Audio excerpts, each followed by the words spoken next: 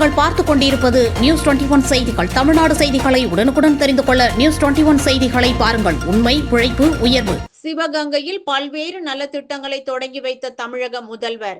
சிவகங்கை மாவட்டத்திற்கு ஜனவரி 21, 22 2 நாள் சுற்றுப்பயணமாக ஆய்வு மேற்கொண்ட தமிழக முதல்வர் காரைக்குடி அழகப்பா பல்கலைக்கழக வளாகத்தில் அமைந்துள்ள திருமதி லட்சுமி வளர்தமிழ் நூலகத்தை திறந்து வைத்தார். நிகழ்ச்சியில் முன்னாள் மத்திய நிதியமைச்சர் ப. சிதம்பரம், சிவகங்கை பாராளுமன்ற உறுப்பினர் கார்த்திக் சிதம்பரம், தமிழக கூட்டுறவுத்துறை அமைச்சர் K. R. Periyakaruppan, S. Raghupathi, த. தங்கம் தென்னரசு, மு. பெ. சுவாமிநாதன், டாக்டர் கோ. V. Chezhiyan, R. S. Rajakannappan, Siva. V. Vaithiyanathan, கவி பேரரசு வைரமுத்து, காரைக்குடி சட்டமன்ற உறுப்பினர் மாங்குடி, சிவகங்கை மாவட்ட ஆட்சித்தலைவர் ஆஷா அஜித் ஆகியோர் கலந்து கொண்டனர்.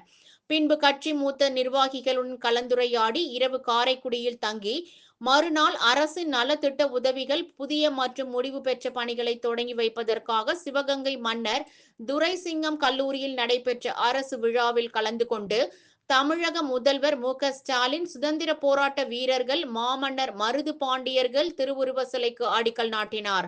பின்பு வாளுக்கு வேலி அம்பலம் சிலைக்கும் அடிக்கல் நாட்டினார். தமிழ்நாட்டில் பல்வேறு நலத்திட்டங்கள் மக்களுக்கு பயனுள்ளவாறே செயல்படுத்தப்பட்டு வருகிறது. தமிழக மக்களுக்காக திராவிட அரசு எப்பொழுதும் பல்வேறு நலத்திட்டங்களை செயல்படுத்தும் என தெரிவித்தார்.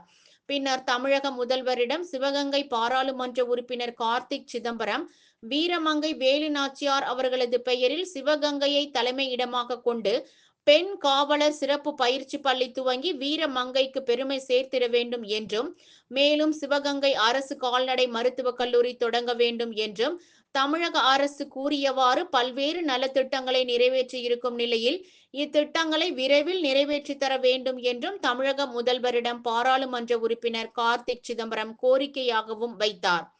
இந்நிகழ்ச்சியில் அமைச்சர் பெருமக்கள், மாவட்ட ஆட்சியர், மாவட்ட காவல் கண்காணிப்பாளர்கள் மற்றும் அரசு உயர் அதிகாரிகள், பயனாளிகள், கட்சி நிர்வாகிகள், தொண்டர்கள் என ஏராளமானோர் கலந்து கொண்டு முதல்வரை உற்சாகமாக வரவேற்றனர். நியூஸ் 21 செய்திகளுக்காக தினேஷ்குமார்.